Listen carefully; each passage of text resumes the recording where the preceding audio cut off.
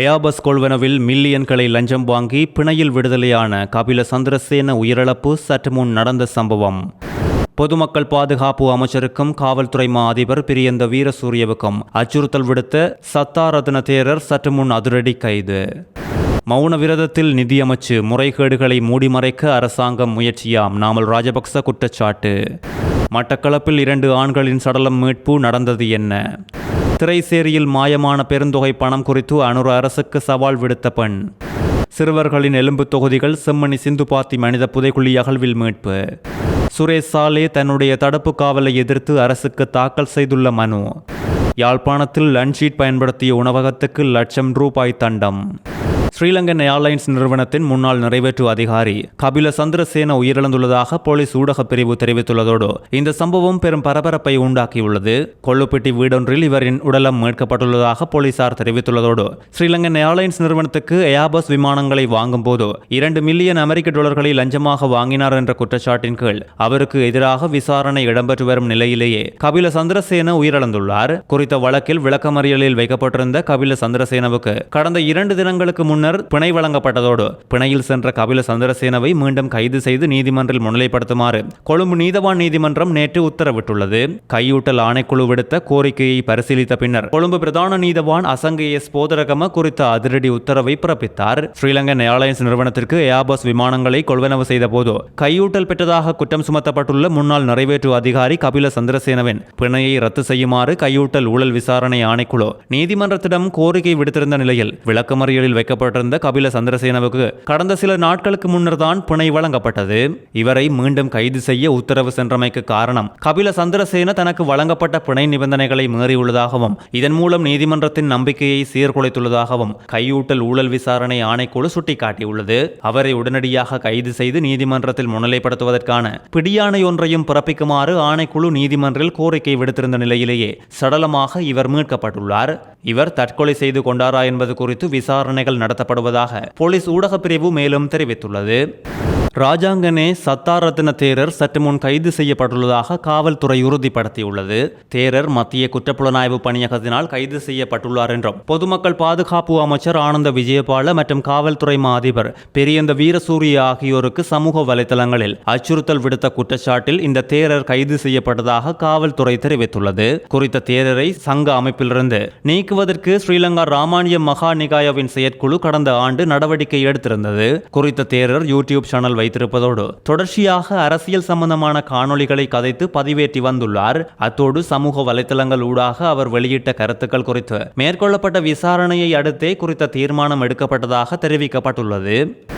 நாட்டில் நடந்துள்ள மிகப்பெரிய நிதி முறைகேடுகள் காரணமாக ₹80 கோடி அதிகமான பொதுப்பணம் இழக்கப்பட்டுள்ளதாக ஸ்ரீலங்கா பொதுஜன பெரமுனவின் நாடாளுமன்ற உறுப்பினர் நாமல் ராஜபக்ச குற்றம் சுமத்தியுள்ளதோடு குறித்த நிதி முறைகேடுகள் குறித்து கடந்த ஜனவரி மாதமே நிதியமைச்சரால் ஜனாதிபதிக்கு எச்சரிக்கை விடுக்கப்பட்டிருந்தும் இதுவரை எந்த நடவடிக்கையும் எடுக்கப்படவில்லை என்றும் சுட்டிக்காட்டியுள்ளார். ₹80 கோடி அதிக பணம் திருடப்பட்டுள்ளது. ஆனால் ஜனாதிபதி, நிதி செயலாளர், நிதியமைச்சு மற்றும் மத்திய வங்கி என அனைவரும் இது குறித்து மௌன விரதம் உள்ளனர். தற்போதைய டாலர் பெறுமதியின்படி கணக்கிட்டால் குறித்த இழப்பு இன்னும் அதிகமாக இருக்கும் என்று நாமல் ராஜபக்ச தெரிவித்ததோடு அனுர அரசாங்கம் தனது மேற்பார்வை கடமைகளில் தோல்வி அடைந்துள்ளதாக குறிப்பிட்ட இவர் அரச நிறுவனங்களுக்குள் பொறுப்பு கூறல் என்பது இல்லாத ஒளிந்து வருவதாக அவர் விமர்சித்துள்ளார். தொடர்ச்சியாக இடம்பெறும் இவ்வாறான நிதி முறைகேடுகளால் அரசு மேல் இருந்த பொதுமக்களின் நம்பிக்கை இப்பொழுது பலவீனமடைந்து வருவதாகவும் இவர் சுட்டிக்காட்டியுள்ளார். இந்த அரசாங்கம் உண்மையான குற்றவாளிகள் விளக்கம் அளிப்பதற்கு பதிலாக எதிர்க்கட்சி குரல்களை அடக்குவதிலேயே குறியாக இருப்பதாக குற்றம் சாட்டியுள்ள நாமல் ராஜபக்ச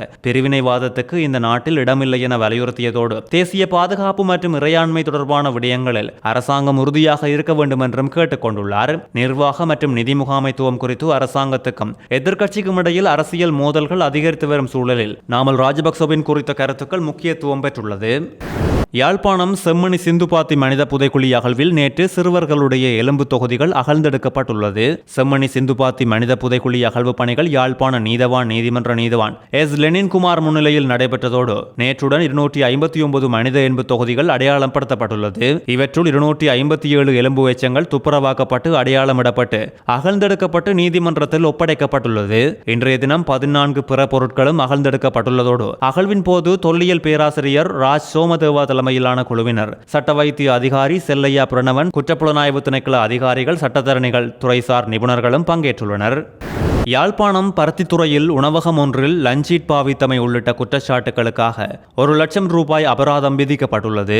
பருத்தித்துறை நகரசபையின் பொது சுகாதார பரிசோதகரான தினேசினால் நகரசபையின் ஆளுகைக்குட்பட்ட பகுதியில் இருக்கும் ஒரு உணவகத்தில் திடீர் சோதனை நடவடிக்கை மேற்கொள்ளப்பட்டதோடு அனுமதி பெறாமலும் உணவு வளவு பதிவுச் சான்றிதழ் இல்லாமலும் உணவு பொதியிடலுக்கு லஞ்சீட் பயன்படுத்தியமை, உணவு தயாரிப்பிற்கு பயன்படும் நீரானது குடிக்க தகுந்தது என உறுதி செய்ய தவறியமை மற்றும் உடல் நல தகுதியினை உறுதிப்படுத்தும் மருத்துவ சான்றிதழ் இல்லாமல் உணவினை கையாண்டமை, தனிநபர் சுகாதாரம் பேணாமல் உணவினை கையாண்டமை மற்றும் வெளி சுற்றாடலினால் பாதிக்கப்படக்கூடியவாறு சூழலில் உணவினை உற்பத்தி செய்தமை போன்ற குற்றச்சாட்டுகளின் கீழ் குறித்த கடைக்கு நீதிமன்றில் வழக்கு தொடரப்பட்டது. குறித்த வழக்கு நேற்றைய தினம் வியாழக்கிழமை பருத்தித்துறை நீதவான் நீதிமன்றில் விசாரணைக்கு எடுத்துக் கொள்ளப்பட்ட போது உணவக உரிமையாளர் தன் மீதான குற்றச்சாட்டுக்களை ஏற்றுக்கொண்டதை அடுத்து உரிமையாளரை கடுமையாக எச்சரித்த மன்று 1 லட்சம் ரூபாய் தண்டப்பணம் விதித்துள்ளது.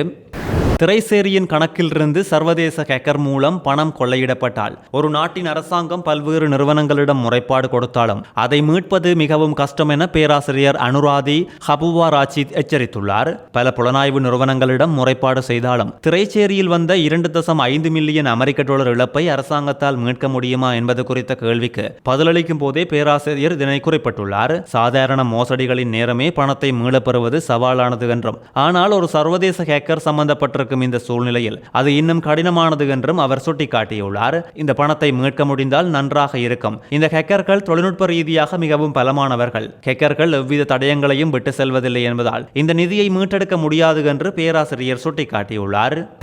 மட்டக்களப்பு தலைமையக போலீஸ் பிரிவுக்குட்பட்ட சின்ன உப்போடை களப்பு பகுதியில் மீட்கப்பட்டுள்ள சடலங்கள் இப்பொழுது அடையாளம் காணப்பட்டுள்ளது. சின்ன உப்போடையில் இருக்கும் களப்பின் பாலத்துக்கு பக்கத்தில் குறித்த சடலங்கள் நேற்று மாலை மீட்கப்பட்டதோடு பொதுமக்கள் கொடுத்த தகவலின் அடிப்படையில் அங்கு சென்ற மட்டக்களப்பு தலைமையக போலீசார் சடலங்களை மீட்டதுடன் விசாரணைகளை முன்னெடுத்தனர். குறித்த சடலங்கள் மாமாங்கம் 3ஆம் குறுக்கினை சேர்ந்த 56 வயதுடையவர் மற்றும் அரசடியை சேர்ந்த 36 வயதுடைய சொர்ணலிங்கம் குகேஸ் என்றும் அடையாளம் காணப்பட்டுள்ளதாக போலீசார் தெரிவித்துள்ளனர். சடலம் இருந்த பகுதிக்கு வந்த மட்டக்களப்பு மாவட்ட குற்றத்தடயவியல் பிரிவு போலீசார் விசாரணைகளை முன்னெடுத்ததோடு மட்டக்களப்பு தலைமையக போலீசாரும் விசாரணைகளை முன்னெடுத்துள்ளனர். திரைசேரியின் வெளிவளங்கள் திணைக்களத்தின் உதவி பணிப்பாளர் AM ரங்கன் நிசங்க ராஜபக்சவின் மனைவி போலீசாரிடம் முறைப்பாடு ஒன்றை பதிவு செய்துள்ளார். அவரது அகால மரணம் குறித்து சமூக ஊடகங்களிலும் பல நபர்களாலும் பதிவிடப்பட்ட கருத்துக்களால் தமக்கு மிகுந்த மன உளைச்சல் உண்டாகியதாக தெரிவித்து குளியாப்பிட்டிய போலீசில் முறைப்பாடை பதிவு செய்துள்ளார். நேற்று முன்தினம் தாக்கல் செய்யப்பட்ட இந்த முறைப்பாட்டில் தனது கணவரின் மரணம் குறித்து தனக்கு எந்த சந்தேகமும் இல்லை என்று வலியுறுத்தியுள்ளார். நாடாளுமன்ற உறுப்பினர் உதய கம்மன்பில உள்ளிட்ட ஒரு குழுவினர் அந்த மரணம் சந்தேகத்திற்குரியது என்று கூறிய கருத்துக்களால் தானும் தனது குழந்தைகளும் மன உளைச்சலுக்கு ஆளாகி மன உறுதியற்ற நிலையில் இருப்பதாகவும் அவர் தனது முறைப்பாட்டில் சுட்டிக்காட்டியுள்ளார். இதுகுறித்து ஒரு விரிவான விசாரணையை நடத்தி அதன் விவரங்களை நீதிமன்றத்தில் தாக்கல் செய்ய போவதாக போலீசார் தெரிவித்துள்ளதோடு ரங்கன் நிசந்தவின் மரணம் சந்தேகத்திற்குரியது என்று கூறிய உதய கம்மன்பில மற்றும் மேலும் பல நபர்கள் பிரேத பரிசோதனைக்காக சாட்சிகளாக நீதிமன்றத்தில் அழைக்கப்பட உள்ளதாக போலீஸ் வட்டாரங்கள் உறுதிப்படுத்தியுள்ளது. இது தொடர்பான கூற்று குறித்து விசாரணைக்காக மே 9ஆம் தேதி காலை 10 மணிக்கு குளியாப்பிட்டிய போலீஸ் நிலையத்தில் முன்னிலையாகுமாறு உதய கம்மன் பிளவுக்கு ஏற்கனவே தகவல் தெரிவிக்கப்பட்டுள்ளது. தமக்கு எதிரான குற்றச்சாட்டுகள் குறித்து கருத்து தெரிவித்த உதய கம்மன் பில தமக்கு உள்ள ஆதாரங்களுடன் எதிர்வரும் சனிக்கிழமை குளியாப்பிட்டிய போலீஸ் நிலையத்துக்கு செல்லவிருப்பதாகவும் தெரிவித்துள்ளார். முன்னாள் அரச புலனாய்வு பிரிவின் பிரதானி ஓய்வு பெற்ற மேஜர் ஜெனரல் சுரேஷ் சாலேவுக்கு எதிராக பயங்கரவாத தடை சட்டத்தின் கீழ் பிறப்பிக்கப்பட்டுள்ள தடுப்பு காவல் உத்தரவை ரத்து செய்ய கோரி தாக்கல் செய்யப்பட்ட மனு மேன்முறையீட்டு நீதிமன்றத்தில் பரிசீலனைக்கு எடுத்துக் கொள்ளப்பட்டுள்ளது. நேற்றைய தினம் மேன்முறையீட்டு நீதிமன்ற தலைவர் நீதியரசர் ரோஹந்த அபேசூரிய மற்றும் நீதியரசர் பிரியந்த பெர்னாண்டோ முன்னிலையில் குறித்த விசாரணை நடத்தப்பட்டுள்ளது. சட்டமா அதிபர் சார்பில் முன்னிலையான பிரதி சொலிசிட்டர் ஜெனரல் சுகர் சிஹெரத் குறித்த மனுவை விசாரணைக்கு எடுத்துக் கொள்வதற்கு எதிராக ஆரம்பகட்ட ஆட்சேபனை முன்வைக்க எதிர்பார்ப்பதாக தெரிவித்துள்ளார். இவ்வாறான மனுவை விசாரிக்கும் அதிகாரம் மேன்முறையீட்டு நீதிமன்றத்துக்கு உள்ளதா என்பது குறித்து இந்த ஆட்சேபனைகள் அமையும் என்று அவர் தெரிவித்துள்ளார். இதனை அடுத்து சுரேஷ் சாலே சார்பில் முன்னிலையான ஜனாதிபதி சட்டத்தரணி சஞ்சீவ ஜேவர்தன உயிர்த்த ஞாயிறு தாக்குதல்கள் குறித்து அரசாங்கத்தினால் நியமிக்கப்பட்ட எந்த ஒரு விசாரணை ஆணைக்குழுவோ அல்லது குழுவோ தனது கட்சிக்காரருக்கு எதிராக எவ்வித ஆதாரங்களையும் கண்டறியவில்லை என்றும் வாதிட்டுள்ளார். தாக்குதல் இடம்பெற்ற காலப்பகுதியில் சுரேஷ் சாலே இலங்கையில் இருக்கவில்லை என்றும் அவர் 2019 ஜனவரி முதல் நவம்பர் வரை இந்தியாவின் தேசிய பாதுகாப்பு கல்லூரியில் பாதுகாப்பு கற்கை நெறியொன்றை மேற்கொண்டு வந்ததாகவும் தெரிவித்துள்ளார். தற்போது வெளிநாட்டில் இருக்கும் அசாத் மௌலானா பிரித்தானியாவின் சனல் 4 ஊடகத்துக்கு வழங்கிய தகவலின் அடிப்படையிலேயே இந்த விசாரணை ஆரம்பிக்கப்பட்டுள்ளதாக தெரிவித்த சட்டத்தரணி அவற்றுக்கு எவ்வித சாட்சிய பெறுமதியும் இல்லை என்றும் இதன் போது வாதிட்டுள்ளார்.